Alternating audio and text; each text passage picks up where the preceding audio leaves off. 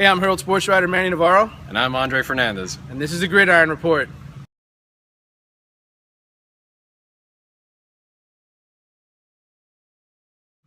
All right, Dre, so we're outside of Palmetto High School, week 3 about to get started here, and let's start talking about this team here, Palmetto High School. They're 2-0. Those guys in there are real happy right now because it's been a while since they've been 2-0. It's been some tough times here the last couple of years. Coach Mike Manasco, ever since he came over from Westland, he had a real cleanup job to do last year, but it looks like that. They took their lumps last year, things have gone well, and now the Panthers are progressing forward. A good start to the season, a big win last week over Coral Reef. Now they get your Bulldogs. Two very similar programs right now, trying to get better. They've both, started the season with solid victories, and it's a good battle Thursday night at Tropical. Who are you taking?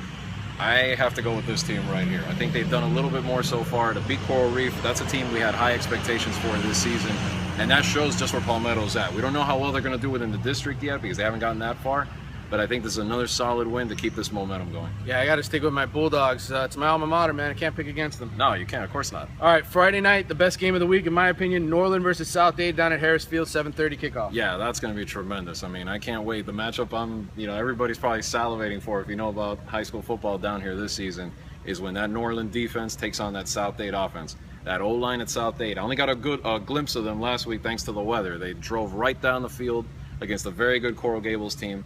That team is going to be very good in 8A, but I can't, right now anyway, until proven otherwise, I can't pick against what I saw from Norland last week. I mean, Emmett Rice, what he did last week was just beast mode all over the field, 5 sacks. FSU recruit. He had to be in the backfield at least 15 to 20 times in that game. Even when he wasn't sacking the quarterback, he was right on him, had him running for his life. If he does that again this week, I can't see the Vikings slipping up, even if they are on the road. All right, Booker T taking on Jackson Trask, 7:30 kickoff.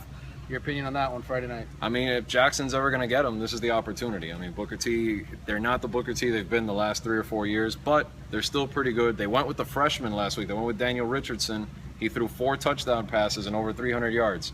Yes, it was against Pace. Jackson's better than Pace right now, but I still have to go with the Tornadoes, but it is going to be one of the better games between them in a long time. Columbus at Southridge, 7:30 kick. I've picked against Columbus all season, but I think I'm picking them this week. Wow. Well, they'll be happy to hear that. They got a little riled up when you picked the Bulls last week. I will say this. Southridge is very good. They're much improved. I wouldn't be surprised if they pull this one off, but I'm with you. I'm sticking with Columbus. All right, Northwestern going down to Plantation American Heritage. You were there last week for that game. Yeah, heartbreaking to see Heritage battle back. It was 23-9 with 5 minutes to go, and every time they looked out of it, they made a big play, whether it was a fumble forced, the big play Pat Sertan Jr. did, the run down the field, grabbed that. It wasn't really an onside kick. They just kicked it into the corner. He showed what he can do. He grabbed it, got out of bounds, put him right there near the goal line. Then they blocked the field goal. They just would not go away. Unfortunately, a little miscommunication on the extra point try cost them the game, but I got to go with the Patriots. I think they bounce back nicely in this game, and they go on a roll. All right, I'm in agreement with you. I think this is a different level for Northwestern. Heritage is a legit state power. Chaminade at Cardinal Gibbons, 7 o'clock kickoff at Catholic Bowl. Yeah, interesting one. I mean, I don't think they've played in a long time. I can't remember the last time they played, but Gibbons is still pretty solid. They showed that. They beat a good Everglades squad last week. But I like this Chaminade team. I think they're on the rise, a lot like this team is, a lot like your Braddock Bulldogs are. And in this game, I think I'm going to go with the Lions on the road. I think they're ready to get a big win on the road that's going to open up some eyes. I like Coach Jason Milgram. I think he's going to do a phenomenal job at Chaminade, but I don't think they're ready yet. I think Gibbons, you're kind of cutting them short. I know Deion McIntosh is still there. There's some good players. I'm picking Gibbons at home to win that game. All right, Mater Academy versus Reagan, Saturday night. Mailander, that's a pretty good district matchup. Yeah, definitely. And in that district, it's almost a district matchup every week. I mean, with 9 teams in there. But this is one of the better battles, I think. You got some neighborhood rivalry in there, Doral against the Hialeah Gardens kids. But I think Rocco Casulo, the job he's done so far in a short amount of time with Mater is going to show on this type of a game this weekend.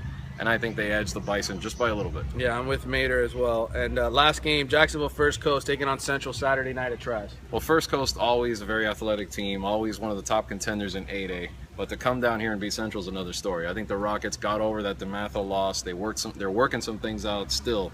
But they already showed that they're, James Cook came into the game finally for a long time last week, ran for over 100 yards. They've always had that superstar guy in the backfield, usually 2 of them. I think if anyone's going to just elevate Central a little bit down the road, it could be James Cook once he gets some experience under his belt, and I think the Rockets pull it off. Yeah, Rockets at home at Traz. This is a big game for them to bounce back and prove something against an out-of-town opponent. They win that game as well. Yeah. All right, that wraps it up for Week 3. For Andre Fernandez, I'm Manny Navarro. See you next week.